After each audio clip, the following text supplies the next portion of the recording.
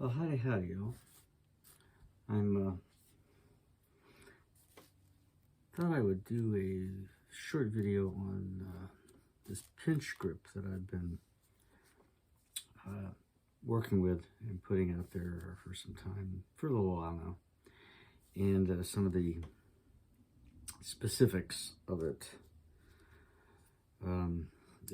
As I'm working with it, I'm beginning to see clearer how it works and the way, I won't say the right way to do it, but the way that it's been working for me. Okay, I think that's the best way of putting it. So let's just talk about the pinch grip. Here's a pair of dice, so a blue die and a red die, and they're set up in a hard way set. Okay, that's neither here nor there.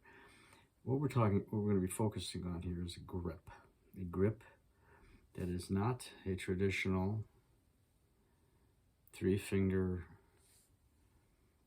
kind of, gold touch or par, you want to call it, type grip.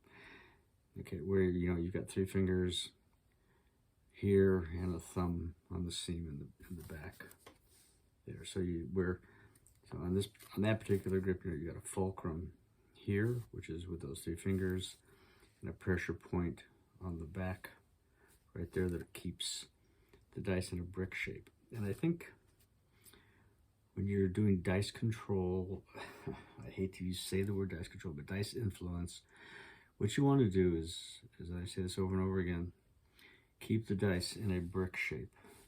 Okay, you want them to fly through the air together, almost as if they were glued together. You hear that many times, so that as they're coming towards their target zone, they land flat, and they come up to the wall.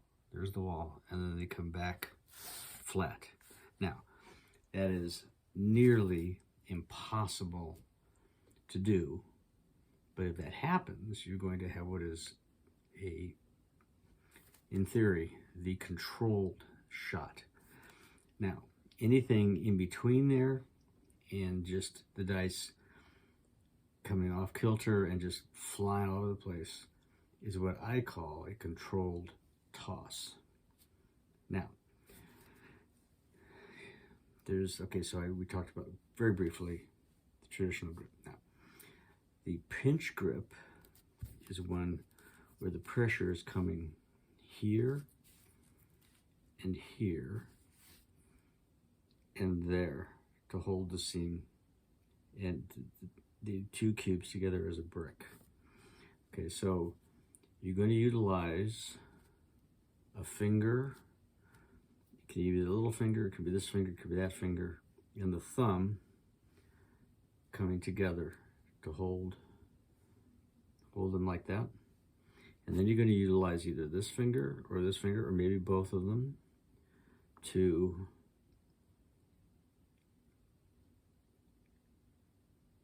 I keep using this finger to hit on that seam. Okay, and now that's a brick that's a brick of dice. They're like a solid piece in your hand. Now the other thing when you're making this grip is, again, remember, the dice are going to rotate off of a fulcrum that's that edge, this portion of the die, of the brick or the dice right in here. And that spot right there with the thumb, pressure with the thumb, and whether you use this finger or that finger. Excuse me. Take that back. The thumb is here. On a 3-finger, the thumb. Okay, so replacing so what you have to do is you have to replace that pressure coming this way with just a little, maybe slightly more pressure coming this way, and then a firmness here with this finger, or maybe both of them just slightly. The main thing of it is that you get those dice feeling nice and tight together. And then when you let them go, you have a slight backswing. I mean, just more of a wrist like this.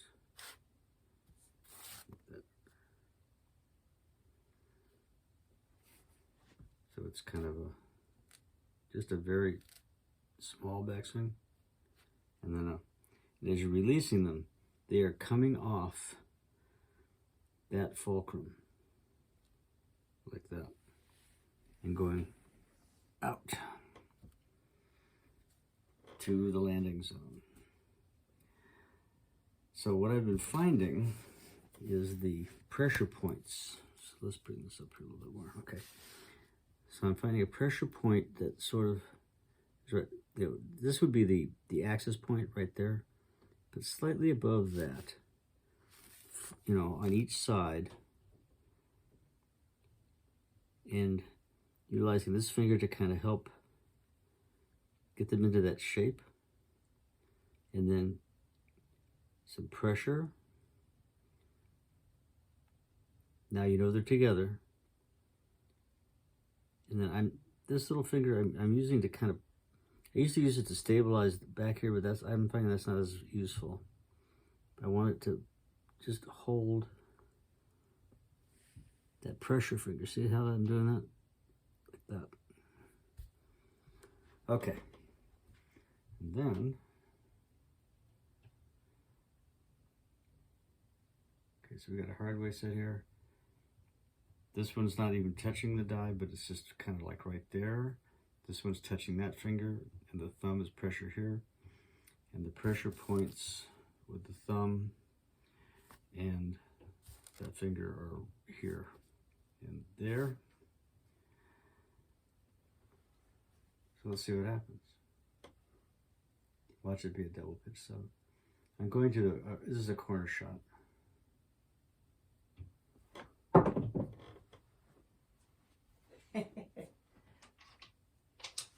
Two off axis 7. That's funny. All that rigmarole. Okay, let's try it again.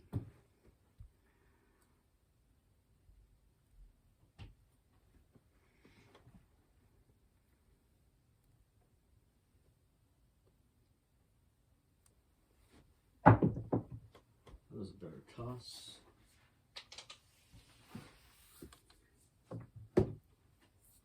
Do a few.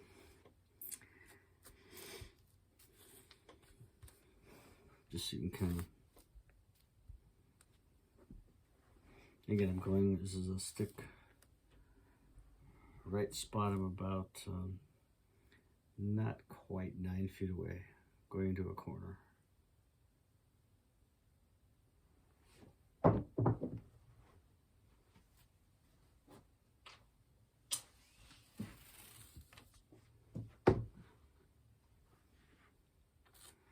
Utilizing hard way, hard way.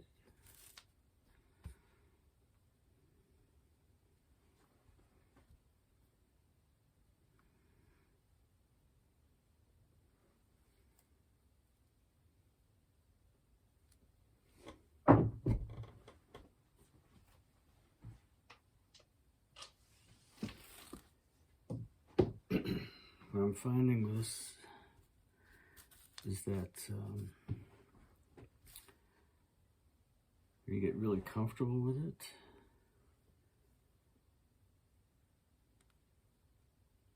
it's extremely effective from your unnatural side of the table.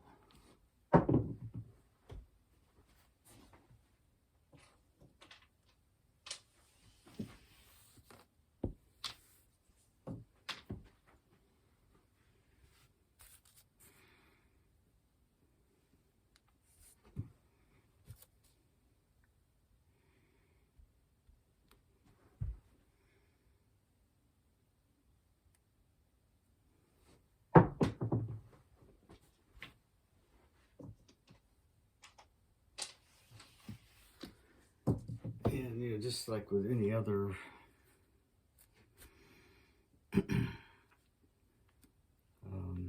thing, you know, the bouncier the surface, the lower the trajectory, and so on.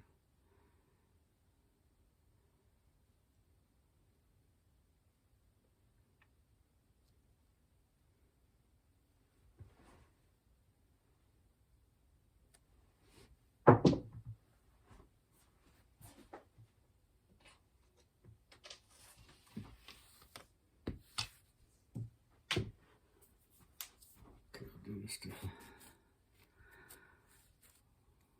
one or two more.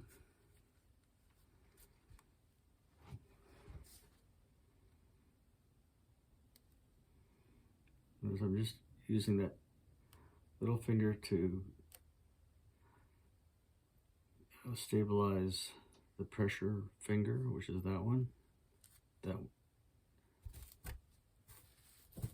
That's the pressure finger, that's the pressure finger, and this is the seam pressure finger. So there's pressure here, here, here.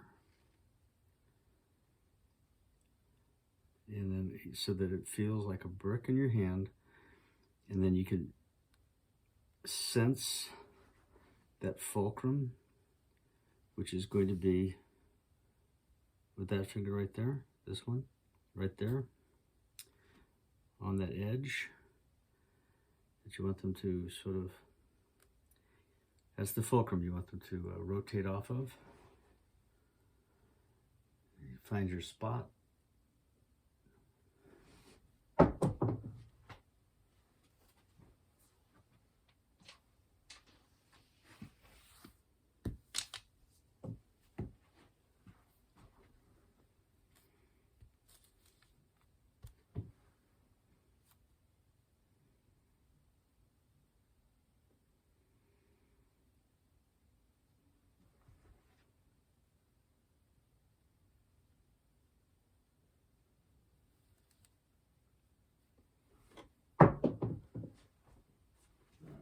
We'll stop with that one at 4-2, it's a 4-2-6.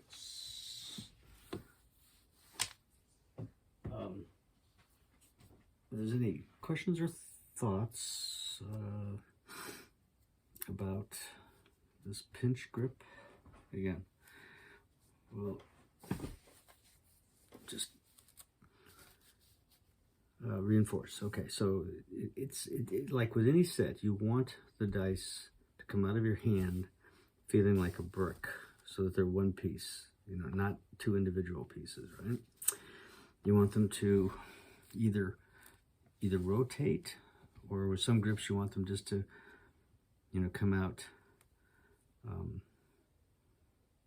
sort of knuckleball, sort of not rotating, just sort of like this. And I'm not talking about a side spin is a completely different issue, but this is when the dice are like this on the table. This is just a opposite hand approach to the same concept of the traditional 3-finger type grip, okay, where the dice are rotating off of a fulcrum on the edge, and there's pressure either here and here to hold them together as a brick, or with the pinch grip, the pressure is here and here to hold them together. See? Pressure like that versus pressure like that. Again, pressure like this versus like that. And that's it. You know, it takes some work to get it to be something that, you know, you feel comfortable with. But once you do that, you now can be effective from stick right or stick left position. And that's what it's all about in the game. Okay, let's slide out. Remember, luck has very little to do with it. And let me know if there's any questions. Take care. And